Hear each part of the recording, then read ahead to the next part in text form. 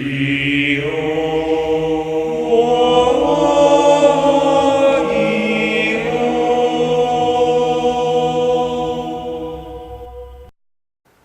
morning, YouTube, and today I'll be profiling for you my counter fairies. Now, this is definitely a build that won't be staying the same for long because the new structure deck's coming out, but this is definitely something you can utilize until the time comes.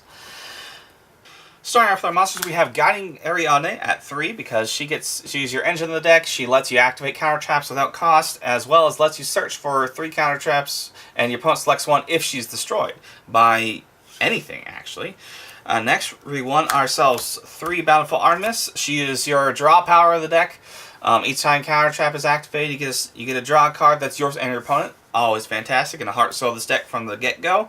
Meltiel Sage of the Sky, because I like to run Sanctuary in the Sky in this deck, and with the new structure deck and the new Sanctuary in the Sky card, she'll be kind of even more viable. She's spot removal, essentially. The life point gain is definitely something that's pretty good, but usually easier for her spot removal effect, which is fantastic. And since I do run Sanctuary in the Sky, I do run as Zeradius. I like him a little bit more than Terraform because he's a beat stick and another monster you can use off of Ties of the Brethren, which I do run in here, and so he's pretty cool in that aspect. Next, I run 2 Luster Pendulums because he has been brought back up to 2, and this combined with Guiding Ariadne turn 1 is fantastic. Next, we run 2 Honest.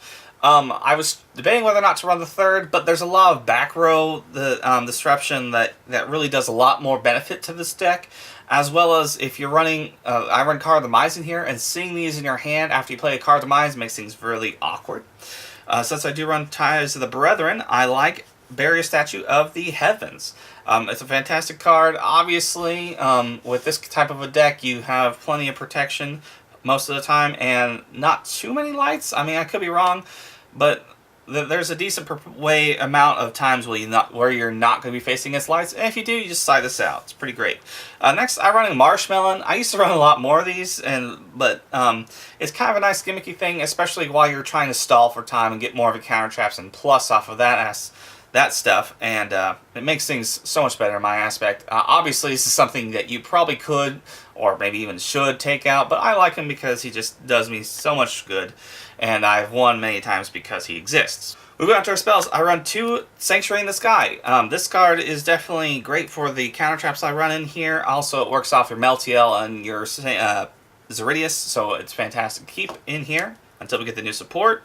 I run triple Card Demise. You want to see your counter traps as quick as possible, so I run it as a playset. Next, I run triple of Ties of the Brethren. This again works with your Barrier Statue aspect and your few other fairies in here that makes it just, you see a little bit more aggression on your board a little earlier on. I run a Mage Power and a Moon Mirror Shield to give you, because you don't obviously have too many big beat sticks in this deck, so you need as much oomph as possible. And so, like, you could obviously argue a second Moon Mirror Shield or a second Mage Power, but really 1-1 has proven just fine because Moon Mirror Shield recycles itself, and Mage Power, usually you're going to be winning if you get this bonus off of it, so I like to keep it in there still just because. Next, I run the full Solemn Brigade, 1 Solemn Warning, and triple Solemn Strike because, I mean, the gang summons is fantastic in monster effects. It's just, you definitely want to run it in a counter fairy deck. Next, I run triple Ultimate Providence. This works fantastic. Negate monster spell trap. I mean, self-explanatory there.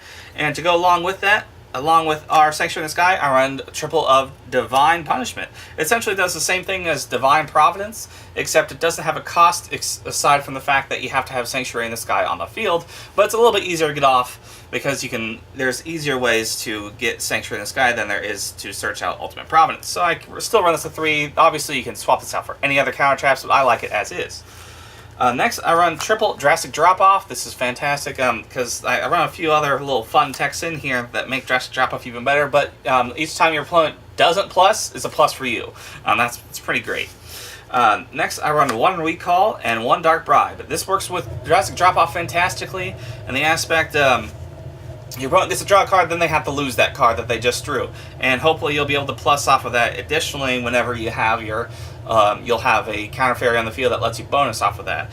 For those of you who don't know, Recall is a new card that just came out not too long ago. That's essentially a Dark Bribe for monster effects. So I thoroughly enjoy it, and I've been trying it out, and it works great, the current build I have. Next, I still run one Curse Seal, the Forbidden Spell. This is fantastic, especially against like Pendulums and whatnot.